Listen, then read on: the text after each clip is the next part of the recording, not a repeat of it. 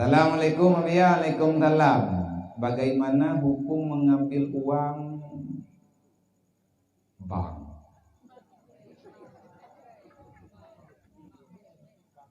Dengan cara barang yang kita serahkan ke bank tersebut dengan akad jual beli.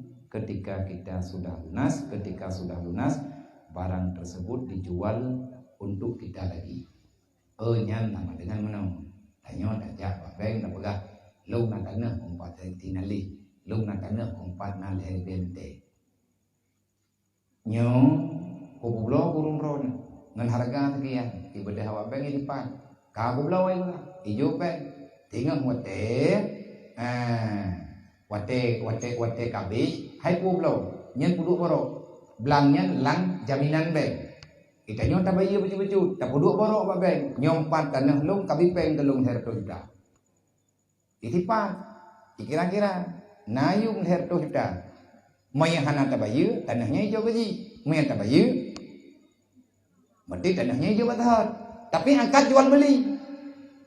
Maya tapagah, nyo tanahnya ko pulau keka. Tinggal, maya hana tinggal, watakan apa ko pulau pulang. Nya hanta. Pagah hanta, hanjir tempu tanya ikat kau. Baile ngawak bang ada ngambarang kata hanjir. Nyo kubulo baje ke ron taboh tapi tinggal 6-2 bulan kemudian bajenya itu kubulo pulang mau merempok tempat pesta tayang belau tempat baje kau bina bapak pesta kau tak belau baje tuat baje lu kubulo lo hanjit kubulo mesyarat lebih-lebih lagi pulang nyen mayam kubulo ke bank ikut jual beli menyelang aturan roi nyen tidak nyon tak duduk boh nya hana pegang-pegang bungong karena hana urun yang bungong.